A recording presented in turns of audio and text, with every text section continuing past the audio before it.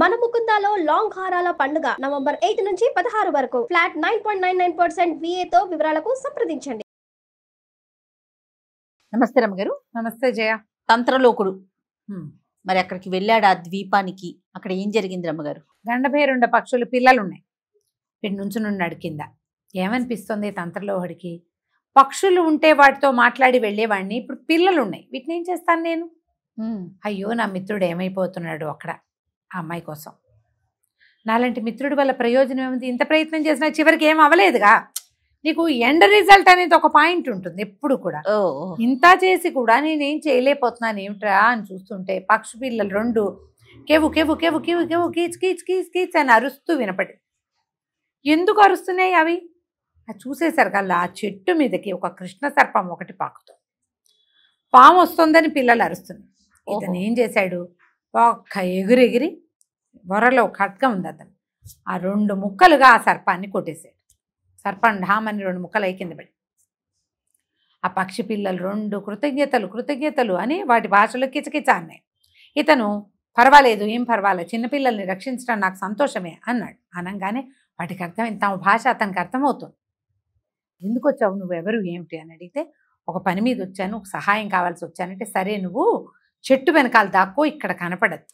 మా తల్లిదండ్రులు పైనుంచి వచ్చేటప్పుడు ఇక్కడ ఎవరైనా పరాయి వాళ్ళని చూస్తే వాళ్ళు తీవ్రంగా పరిగణిస్తారు, దాన్ని ప్రమాదంగా. వాళ్ళు ఏం చేసేస్తారు నిన్ను, అందుకని వాళ్ళకి కనపడద్దు, మేము పిలిచాక వద్దు కానీ చెప్పి. ఓకే. వీడు ఆ రామచిలకల దగ్గర నుంచి 4 ఇంకా ఎక్స్ట్రా పళ్ళు తెచ్చుకున్నాడు. ఆ పళ్ళు తింటూ అవతలగా ఉన్న ఒక చెట్టు కింద కూర్చున్నాడు. ఒక గంట 2 గంటలు గడిచేసరికల్లా పెద్ద సుడిగాలిలాగా వస్తుంది గాలి. ఎందుకంటే ఈ గండభేరుండాలి పెద్ద పక్షులు, 2-3 మనుషుల్ని అవలీలగా రెక్కల మీద కూర్చోబెట్టి తీసుకుపోగలిగేంత పెద్దవి ఉంటాయి అవి. వాటి వల్ల ఈ చెట్లన్నీ కదిలి సుడిగాలల్లే వస్తాం. అవి రెండు వచ్చి తమ పిల్లలు ఉన్న చెట్టు మీద వాలంగానే చూస్తున్నాడు ఇతను. పక్షులు వాలినే సంగతి తెలుస్తోంది. పిల్లలు రెండు కెవ్వుకెవ్వమని అరుస్తూ గోలుగోలుని ఏడుస్తూ, ఇవాళ ఎంత ప్రమాదం తప్పిందో తెలుసా, ఇవాళ మీరు వెళ్ళిపోయారు, మీరు వెళ్ళాక ఎంతో ప్రమాదం తప్పింది అనేసరికి తల్లి పక్షి తండ్రి పక్షి ఆశ్చర్యపోయింది. ఏం జరిగిందంటే, కింద చూడండి అని చూపించింది. పక్షి పిల్లలు చూపిస్తే 2 ముక్కలుగా తెగి ఉన్న సర్పం కనపడేసరికి అలా ఆశ్చర్యపోయాయి పక్షులు. ఈ సర్పం ఎట్లా తెగిపడింది, ఎవరు ఈ పని చేశారు, ఏదైనా జంతువు చేస్తే ఇలా తెగదు అనేసరికి పక్షి పిల్లలు చెప్పాయి, ఎవరో ఒక మానవుడు మహానుభావుడు ఈ ప్రాంతానికి వచ్చాడు, మేము అరవటం చూసి ఈ సర్పాన్ని 2 తుండాలుగా నరికాడు అనగానే, ఎవరు అతను ఎక్కడున్నాడంటే, మేము పక్కన కూర్చోమన్నామని ఓ మానవ రా అని పిలిచి, ఈ తంత్రలోహుడు లేచి ఆ పక్షుల దగ్గరికి వెళ్ళేసరికి ఆ పక్షులు 2 చాలా కృతజ్ఞతలు చెప్పినాయి. మహానుభావ, నీ వల్ల మా పిల్లలు రక్షించబడ్డాయి. చాలా కాలం అయితే కానీ మా పిల్లలకి రెక్కలు రావు. ప్రతిరోజు మేము భయంతోటే వెళ్తాం ఇక్కడి నుంచి. మేము వచ్చేసరికి పిల్లలకి ఏమైనా ప్రమాదం వాటిల్తుందేమోనని, నీ వల్ల ఇవాళ చాలా పెద్ద పెను ముప్పు తప్పింది మా పిల్లలకి అని చెప్పి ఎంతో దండాలు పెడితే తంత్రలోహుడిని అడిగే, ఎందుకు వచ్చావు నువ్వు, ఏమిటి నీ పని అంటే, నేను ఇట్లా మల్లికా ద్వీపానికి వెళ్ళాలి, నన్ను ఆ మల్లికా ద్వీపానికి చేర్చండి అనేసరికి ఈ మగపక్షి అంది, నా రెక్కల మీద కూర్చో, నా మీద కూర్చో, నేను నిన్ను తీసుకెళ్తాను. సరేనని ఈ ఆడపక్షికి కృతజ్ఞతలు చెప్పి పక్షి పిల్లలకి వీడుకోలు చెప్పి తంత్రలోహుడు మొగ పక్షి వీపు మీద కూర్చున్నాక ఈ పక్షి ఎగురుతూ అతన్ని తీసుకెళ్ళింది. ఈ ఆకాశయానం ఎప్పుడు చేసింది కాదు, ఒక అద్భుతమైన అనుభవం కదా. అదే మనం ఫ్లైట్లో వెళ్ళేటప్పుడు ఫస్ట్ టైం ఎలా ఉంటుంది, ఎక్సైటెడ్గా, మనకి ఎక్సైటింగ్గా ఉంటుంది కదా. అయితే వెళ్తూ ఉంటే అతనికి కనపడ్డాయి 7 సముద్రాలు దాటి వెళ్తున్నారు. ఎన్నో ద్వీపాలు కనిపిస్తే మధ్యలో నవరత్న ద్వీపాలు, అన్ని మణులే. ఈయన పక్షిని తట్టాడు తంత్రలోహుడు, నన్ను కిందకి దింపు అని అడిగి కిందకి దిగి ఎన్నో మణులు మాణిక్యాలు మూటలుగా కట్టుకున్నాడు. అతని మీద ఉత్తరీయం ఉంది భుజం మీద, నడుముకు ఒక దట్టి ఉంది, దాంతో మూట దీంతో మూట, ఇన్ని మూటలు కట్టాడు. మళ్ళీ మూటలు భుజాన్ని వేసుకుని పక్షి మీద ఎక్కాడు. మల్లికాపురానికి మల్లికా ద్వీపానికి చేరుకున్నాడు. మల్లికా ద్వీపానికి చేరాక ఆ ద్వీపంలో ఫలానా ఒక చెట్టు చెప్పింది కదా రామచిలక, ఒక బిల్డింగు, దానికి ఆనుకున్న తోట, ఆయన ఎవరో ప్రఖ్యాతుడైన ఒక వ్యాపారస్తుడు ఇల్లు. ఈయన వ్యాపారస్తుడు ఇల్లు వాకిలి కనుక్కున్నాడు. కనుక్కొని ఏం చేశాడు, తన వస్త్రాలు 2 ఉన్నాయిగా, రెండిట్లో మూట కట్టాడుగా, ఆ మల్లికా ద్వీపంలో అన్ని బజార్లలో మళ్ళాగానే మామూలు అదొక ఊరు. ఆ మార్కెట్లో సరిగ్గా ఎక్కడైతే ఈ వ్యాపారస్తుడి కొట్టు ఉందో, దుకాణం ఉందో, దాన్ని ఎదురుగుండా ఇట్లా పల్చగా చక్కగా పరిచి ఈ రత్నాలన్నీ అమ్మకానికి పెట్టాడు ఈయన. ఈ ఎక్కడా లేనివి, తమకు ఎక్కడా దొరకనివి అయిన ఈ రత్నాలకి ఎగబడిపోయారు మార్కెట్లో జనం అంతా, బజార్లో వాళ్ళు. అయితే ఈ వ్యాపార కూడలి సముదాయానికి పెద్దగా ఉన్నటువంటి ఆయన పేరు నవకోటి నారాయణ అట. ఆ నారాయణ శెట్టి ఈ కుర్రాన్ని గమనించాడు. వ్యాపారస్తుడి వేషంలో ఉన్నాడు, చక్కగా రాళ్ళు రప్పలు ఎక్కడెక్కడి నుంచో తెచ్చినవి అమ్ముతున్నాడు. ఆయన అడిగాడు, నువ్వెవరు, ఏ ఊరు నుంచి వచ్చావు, ఇక్కడ వ్యాపారం చేయాలంటే మనకు కూడా ఇక్కడ రిజిస్ట్రేషన్ ఉండాలి కదా. అదే కదా, ఓ ఆ రోజుల్లో కూడా అనుమతి తీసుకోవాలి అనేసరికల్లా నాకు తెలియదండి, నేను వేరే ఏదో ప్రాంతం నుంచి వచ్చాను, ఉన్నవి నేను తెచ్చినవి అమ్ముకుంటే నాకు ధనం వస్తుంది, దాంతో నేను ఇక్కడ స్థిరపడచ్చని భావించాను అనేసరికల్లా ఆయనకి కుర్రాడుగా ఉండి వినయంగా ఉండి మన దగ్గర ఎక్కడా దొరకని రాళ్ళని తేగలిగిన ఈ కుర్రాడి మీద ఆయనకు ఆసక్తి. ఆయన ఎంతో సరదాగా, అబ్బాయి నువ్వు ఇక్కడ ఉండు, మా ఊళ్ళో వ్యాపారం చేసుకుంది కానీ అనుమతి నేను ఇప్పిస్తాను అన్నాడు. ఈయన ఎవరు ఏమిటి కనుక్కుంటే ఈయన నవకోటి నారాయణ అని, ఫలానా తను ఎవరిని చూడాలనుకుంటున్నాడు ఆయనే ఈయనని, ఈయనకు ఒక మహాద్భుత సౌందర్య రాశి అయినటువంటి పుత్రికా రత్నం ఉన్నదని తెలుసు. బాగానే ఆయన ఏం చేశాడు, కుర్రాడు బాగున్నాడు, మన దగ్గరే ఎక్కడైనా ఉంచుకుంటే మనకు ఒక అందగత్తి అయిన పిల్ల ఉంది, ఆ పిల్లనిచ్చి విడికిచ్చి పెళ్లి చేసి మన దగ్గరే ఉంచుకోవచ్చు, ఈ వ్యాపారం అంతా మంద అవుతుందని, మా ఇంటి ఎదురుగుండా ఒక ఇల్లుంది, కావాలంటే నువ్వు అందులో ఉండొచ్చని కుర్రాన్ని అన్నాడు. అనేసరికి అబ్బెబ్బేమీ కాదండి, నేను సొంతంగా ఏర్పరచుకుంటాను, ఇప్పుడు నేను ఇన్ని రాళ్ళమ్మే నాకు గోళ్ళంత డబ్బు వచ్చింది, స్థలం చూపించండి నేను ఇల్లు ఏర్పరచుకుంటున్నాడు. ఆయన మా ఇంట్లో ఉండు అన్నాడు కానీ వాళ్ళ ఇంట్లో ఉండాలి. ఆయన ఏం చేశాడు, ముందు మా ఇంటికి రా, ఈ పూట భోజనం చేద్దు కానీ ఈ కుర్రాన్ని వెంబడి పెట్టుకు తీసుకెళ్ళాడు. తీసుకెళ్ళి కూతురుని చూపించాడు, భార్య అందరినీ చూపించగానే కూతురు ఎవరు, సాక్షాత్తు అంబికా ఆలయంలో ఉన్నటువంటి విగ్రహమే ఈ కూతురు. ఆ కళాకారుడు అచ్చంగా దించేశాడు. ఆమెవే చక్కటి పగడాల్లాంటి గోళ్ళు, ఎంత అందగతో ఆ పిల్ల. ఈ అమ్మాయే మనకు కావాల్సిన అమ్మాయి, ఈ అమ్మాయిని వెంబడి పెట్టుకు వెళ్ళాలి ఎట్లా. ఆయన నువ్వు మా దగ్గరే ఉండొచ్చు అని అడిగాడు. అడిగితే నేను మీ దగ్గర ఉండనండి, ఏదైనా ఇల్లు కట్టుకుంటాను, కొనుక్కుంటాను, ఇలాంటివి చెప్పాడు. అదే చెప్పేసరికల్లా సరే బాగుందిగా, అమ్మాయికి అబ్బాయి కొంచెం నచ్చాడు, కుర్రాడిగా ఉన్నాడుగా, కొత్తగా ఉన్నాడు. సరే ఎదురుగుండా ఒక చక్కగా ఇల్లు ఏర్పరచుకున్నాడు, ఇల్లు స్థలం తీసుకున్నాడు, డబ్బులు వచ్చేసినాయి, బోళ్ళంత ధనం ఏర్పడింది వాడి దగ్గర. ఆ ఇల్లు అన్న చక్కగా కట్టాడు. ఏం చేశాడు, ఒక కనకుడితోటి తన ఇంటి నుంచి వ్యాపారస్తుడి ఇంటి కిందకి ఒక సొరంగాన్ని ఏర్పరచుకున్నాడు. ఏర్పరచుకుని పోయి ఆ అమ్మాయితోటి పలకరించాడు. ఆ సొరంగం అమ్మాయి ఆశ్చర్యపోయింది, సంతోషం వచ్చింది. వచ్చేసరికల్లా సరే ఆ అమ్మాయి కొంచెం సరదా పడింది ఇతన్ని చూసి, ఆయనతో స్నేహంగా ఉండొచ్చు అని అనుకో. అప్పుడు ఏం చెప్పాడు, అమ్మా కాదు, నేను ఒక ప్రత్యేకమైన పని మీద వచ్చాను, కాగల కథ అంతా నేను నడుపుతా అనేసరికి, అలాగే నువ్వు నాకు నచ్చావంది. కాదమ్మా అట్లా నచ్చానని అనద్దు, నేను నా మిత్రుడి కోసం ఈ ప్రయత్నం చేస్తున్నాను. నా మిత్రుడు రాకుమారుడు, పల్లవపురానికి కాబోయే రాజు, నువ్వు అతని పట్టమహిషివి కావచ్చు, నన్ను నీ సోదరుడుగా భావించు. ఓహో చెప్పేశాడు.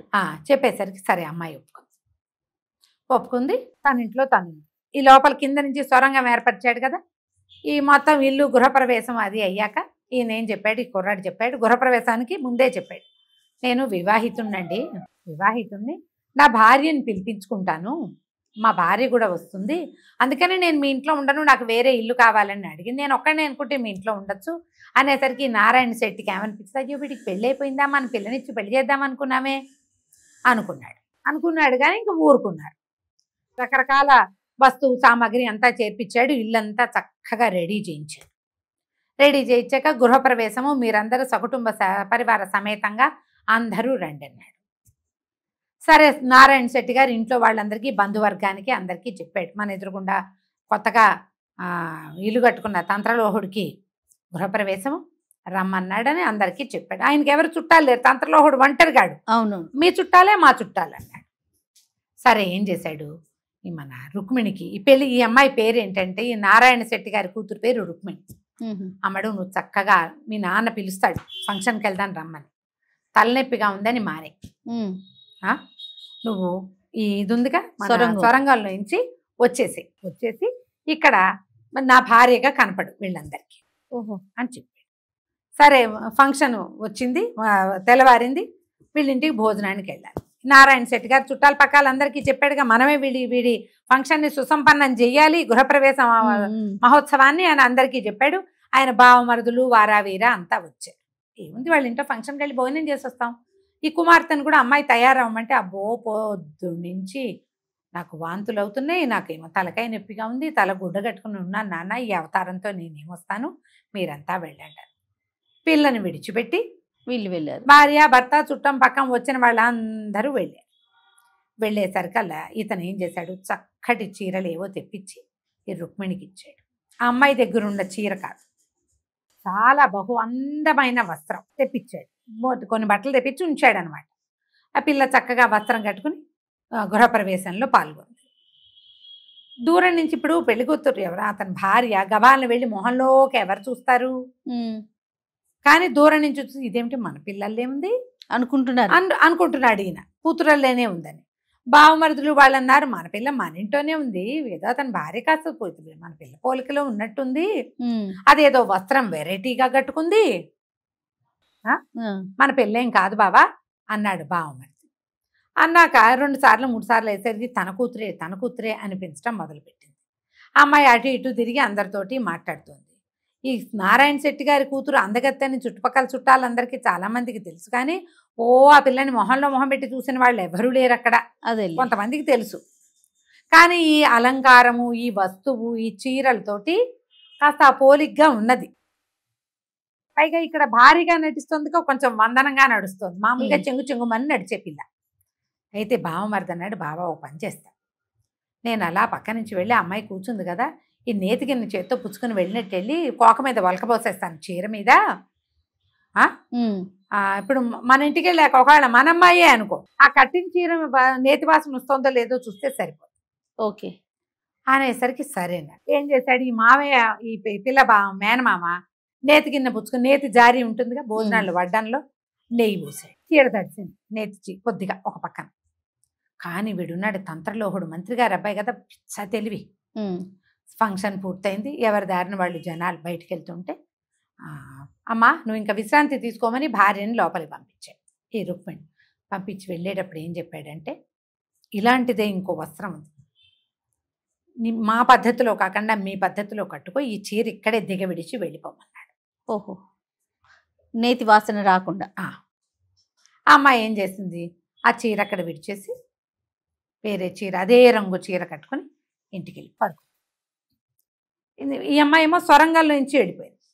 వీళ్ళందరూ ఈ బయట అందరికీ బాయ్ చెప్పి అవి చెప్పి ఇవి చెప్పి, తండ్రి చుట్టాలు అంతా తమ ఇంట్లోకి వచ్చి లోపల గదుల్లోకి వచ్చేసరికి పిల్ల తల గుడ్డ కట్టుకుంది.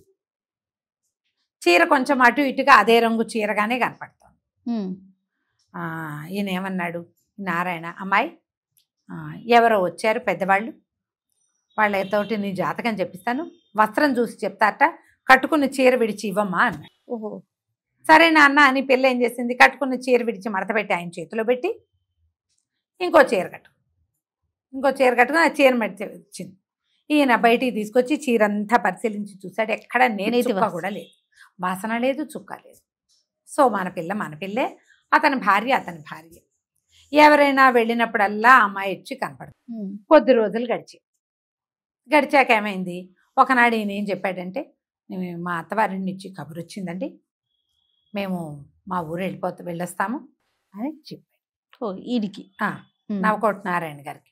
నారాయణ గారు, అయ్యో అలాగానైనా, అయ్యో మీ పిల్ల మీరు చక్కగా ఎదురుకుండా ఉన్నావు, బోళ్ళంత వ్యాపారం చేస్తున్నావు, ఎంతో స్నేహంగా ఉన్నావు, రోజు మన ఇద్దరం కబుర్లు చెప్పుకునేవాళ్ళం, సరేలే వెళ్ళిరండి అన్నాడు. ఈ మొట్టమొదటి గండభైరుండం ఏం చేసింది, తను వెళ్ళిపోతూ ఒక ఈకకిచ్చింది. ఈ ఈకకి ధూపం వేసి నన్ను తలుచుకుంటే నేను నీకు మళ్ళీ వస్తాను అని.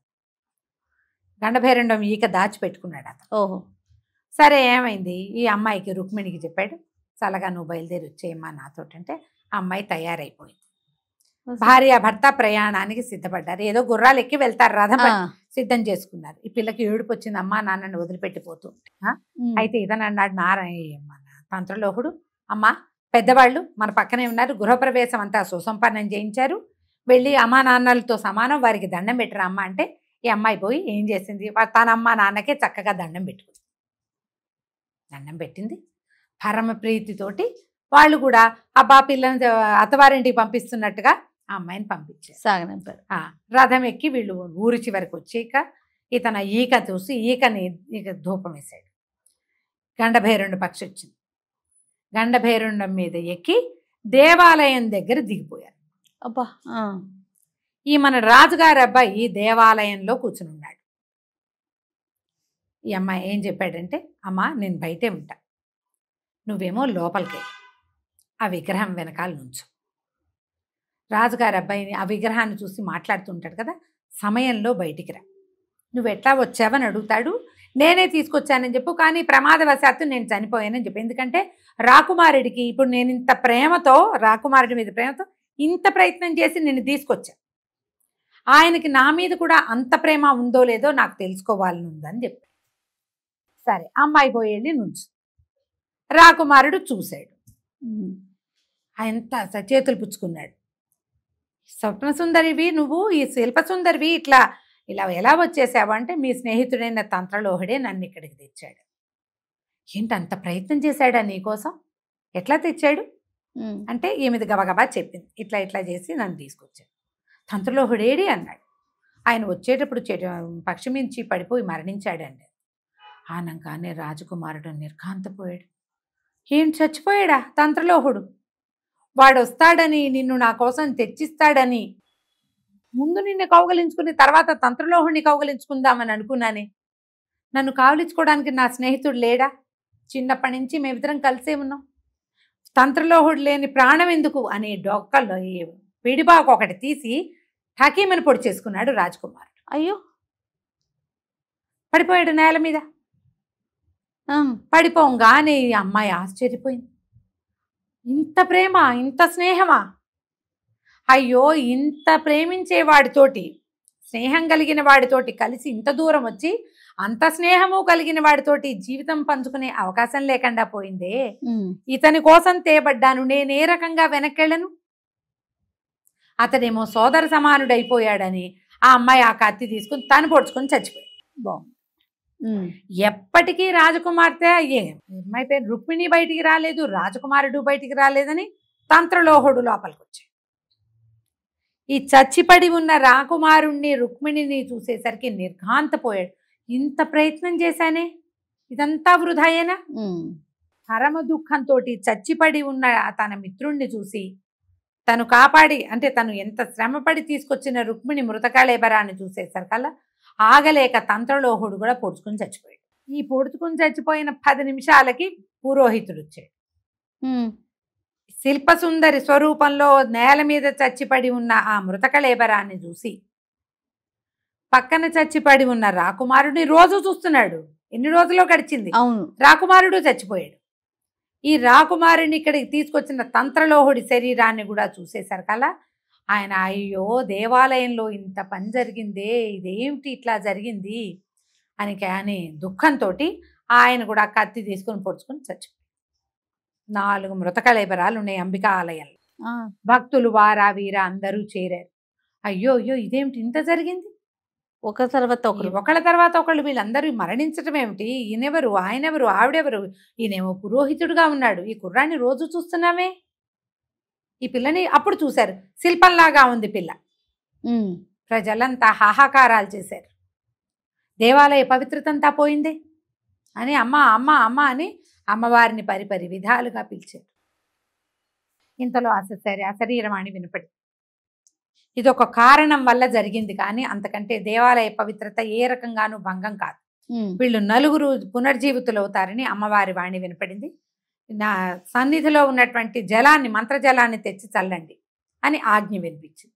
వాళ్ళు ఏం చేశారు, కొంతమంది పరిగెత్తుకుంటూ వెళ్ళి పురోహితులు చిన్న చిన్న వాళ్ళు ఉంటారుగా, ఆ మంత్రజలం తెచ్చి 4 చల్లేస్తే 4 జీవించి లేచారు. ఓహో, ఇది కథ అని చెప్పింది తెరగుడ్డ. చెప్పాక అడిగింది, ఓ రాజా, ఇంత కథ విన్నావు కదా, వీళ్లలో అత్యద్భుతమైన విశేషమైన మరణం ఎవరిది? ఆశ్చర్యకరమైనది, ఆశ్చర్యం కలిగించే మరణం ఎవరిది అంటే విక్రమార్కుడికి తెలియని పజిల్సా, కానీ ఆయనకి ఆ అమ్మాయిని మాట్లాడించాలని ఉంది. ఓకే. అందుకని ఏమన్నాడు, రాజుకి తెలిసి కూడా ఆయన ఏమన్నాడంటే, లోహతంత్రుడు మంత్రి కుమారుడు ఉన్నాడు కదా, అతందే విచిత్రమైన మరణం ఆనంగానే ఈ రాజకుమార్ అమ్మాయి వింటోంది కదా, రాకుమార్తె కథలో లీనమైపోయింది. పలకని పడతి ఆవిడ అట్లాగే వింటోంది కథ. ఏమిటి మీకు అంత మాత్రం తెలియలేదా అన్నది. తెలియలేదు నీకు? లోహతంత్రుడు రాజకుమారుడు అంటే పరమప్రీతితో చచ్చిపోయాడు. అదేమి ఆశ్చర్యం కలిగించేది కాదు. ఆశ్చర్యం కలిగించే మరణం ఇక్కడ పురోహితుడు. స్నేహితుడు చనిపోయాడని రాకుమారుడు చనిపోయాడు సహజం. కాబోయే భర్త తనని వలచినవాడు చనిపోయాడని రాకుమార్తె చనిపోయింది సహజం. తను ఇంత ప్రయత్నం చేశాను, ఆ అమ్మాయి చచ్చిపోయింది, తన స్నేహితుడు పోయాడని దుఃఖంతో లోహతంత్రుడు పోయాడు, అది సహజం. ఎవరి మరణాన్నో చూసి కదిలిపోయి మరణించిన వాడిదే ఆశ్చర్యం పొందించే మరణం, అది కూడా తెలీదా ఆనంగానే రాజుగారు పక్క నవ్వాడు విక్రమార్కుడు. అబ్బా తెరగుడ్డా, నువ్వు ఎంత తెలివిగల దానివే, పలకని పడతని పలికించావే నువ్వు. మొత్తానికి మాటలాడని బొమ్మ 4 మాటలు మాట్లాడింది. అయ్యిందిగా, ఓసారి మాట్లాడినట్టే ముచ్చటగా మాట్లాడాలి. ఒక మాట అయ్యింది, తర్వాత మాట ఎట్లా మాట్లాడుతుందో చూద్దాం అనేసరికి మాట్లాడేసింది అమ్మాయి రాకుమార్తె. చటుక్క నోరు మూసుకుని ఉండిపోయింది. ఓకే. దీని తర్వాత మళ్ళీ మాట్లాడించగలిగాడా? ఒక మాట చాలదు. ఓసారి మాట్లాడితే మాట్లాడుకున్నట్టు కాదు, 2-3 మాటలు మాట్లాడుకుంటే కదా మాట్లాడుకున్నట్టు. ఆ రెండోసారి మాట్లాడించడానికి మన విక్రమార్కుడు ఏం చేశాడో మనం తరువాయి భాగంలో తెలుసుకుందాం. ఎంత బాగున్నాయో రమ్మగారు, ఈ సిరీస్ మాత్రం చాలా చాలా బాగుంది. అవును. నమస్తే అండి. నమస్తే జయ.